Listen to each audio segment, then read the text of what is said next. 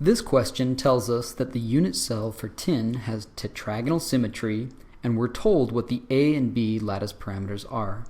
We're then told what the density, atomic weight, and atomic radius are for tin, and we're asked to calculate the atomic packing factor.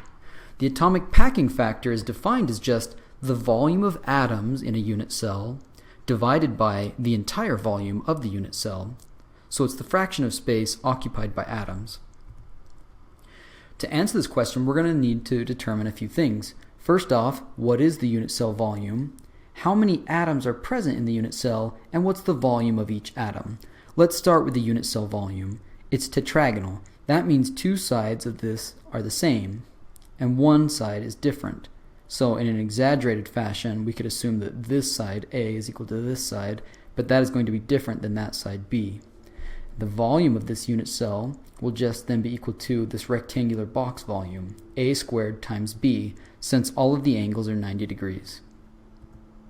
Plugging in values for the lattice parameters, we can now solve for the volume of the unit cell as 0.1081 nanometers cubed. Now we can solve for the second part, the number of atoms per unit cell.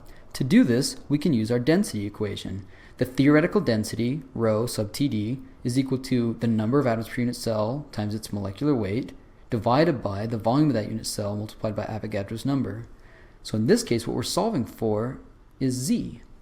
When we rearrange for Z and plug in values, we find that Z is equal to a value of 4.0045.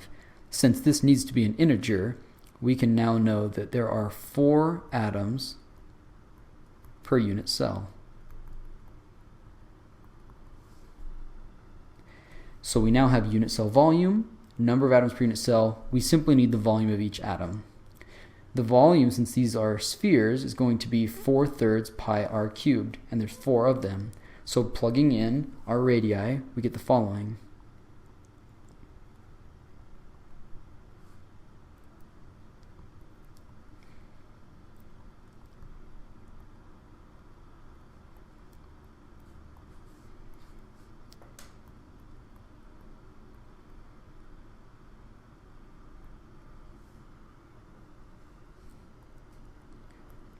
.534, or in other words, 53.4% of the volume inside of this unit cell is occupied by atoms.